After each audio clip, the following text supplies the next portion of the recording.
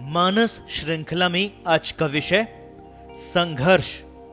आनंदमयी सृष्टि की रचना संघर्ष के बिना संभव नहीं होती। आनंद प्राप्ति के लिए व्यक्ति को उम्र भर संघर्ष करना पड़ता है। कैसी विरोधाभासी बात है, लेकिन सत्य तो यही है। पंडित गोपीनाथ जी कविराज ने तो यहां तक कहा था कि सृष्टि की रचना के लिए छल की आवश्यकता भी है। ज्ञानियों ने कहा है, सृष्टि का आधार यज्ञ है। यज्ञ का अर्थ है देव पूजा, संगतिकरण और दान। इसमें संगतिकरण ईश्वर के साथ होता है, यानी अपने इष्ट देव के साथ या सामान्यतः उस देवता के साथ जिससे इष्ट की कामना की गई है। यह भावना में होता है। अतः सर्वाधिक महत्वपूर्ण भाग यही है। हम ईश्वर रूप अनेक इष्ट देव को प्रसन्न करके उसकी संगति प्राप्त कर सकें, उसकी शक्तियों का अंश पा सके, अपनी कमजोरियां उसको अर्पित कर सकें तथा लोकहित में इनका उपभोग कर सके। यही सब यज्ञ है। हमारे शरीर में ईश्वर भी रहता है, देव भी उपस्थित है तथा असुर और पशु भाव भी साथ रहता है। तत्रः सर्वे एकी भवन्ति, ये अलग अलग नहीं रहते। हम इनमें से किसका उपयोग अधिक करते हैं, किसको गौण करके रख सकते हैं, ये प्रक्रिया त्रैगुण्य गति के आधार पर निर्भर करती है। यही यज्ञ की भूमिका इंगित करती है, तो यही संघर्ष का मूल भी है।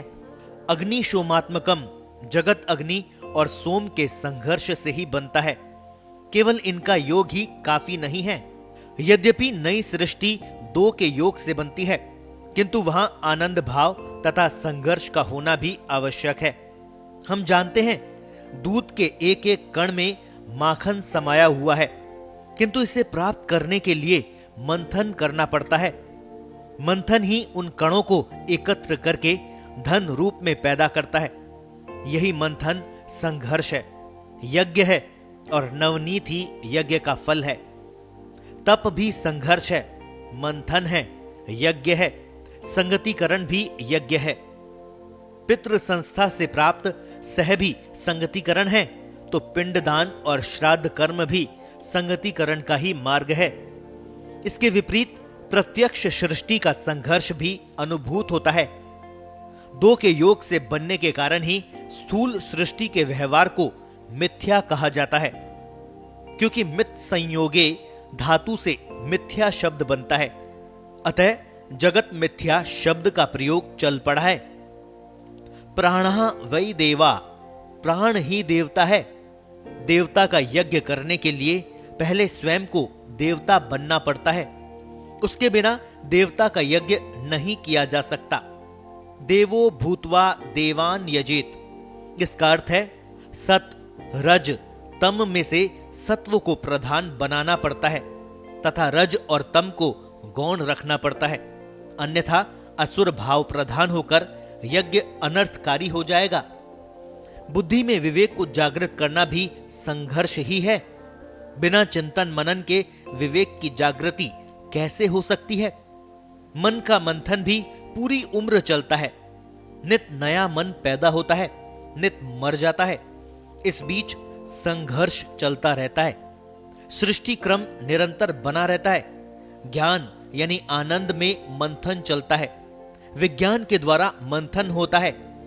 वैज्ञानिक दृष्टि से श्री कृष्ण को रस रूप आनंद में तथा श्री राधा को विज्ञानमयी कहा जाता है।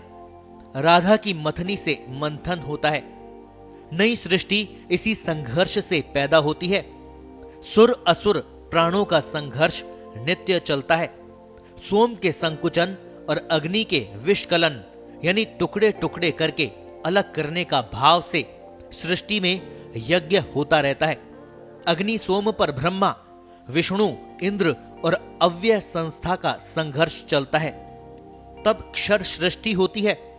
परावाक के अनंतर जितनी भी सृष्टि होगी वह संघर्ष से होगी। स्वयं पराभाव में संघर्ष नहीं है। दर्शन कहता है कि हमारे मन के भीतर एक और मन है जो नित्य है, मरता नहीं है, सदा एक रस रहता है। इसे शुवोवसीयस मन कहा गया है। इसे योग से अर्थात चित्तवृत्ति निरोध से जान सकते हैं। यही कृष्ण का अव्यय मन है। गीता में कृष्ण ने अहम की 7 विभक्तियों को स्वयं पर लागू करके बता दिया कि संपूर्ण सृष्टि में वे व्याप्त है। इसको भी संघर्ष से ही समझा जा सकता है। इसको समझना ही हमारे सभी दर्शनों का सार है। जीवन व्यवहार भी संघर्ष से चलता है। संघर्ष ऊर्जा का जनक है, नई सृष्टि का जनक है। ऊर्जा के तीनों स्वरूप घन, तरल, विरल सृष्टि कारक है। अंतर इतना ही है कि इस संघर्ष में आनंद भाव रहना चाहिए। केवल संघर्ष से सृष्टि नहीं हो सकती। संघर्ष और आनंद मिलकर ही सृष्टि को गतिमान बनाते हैं।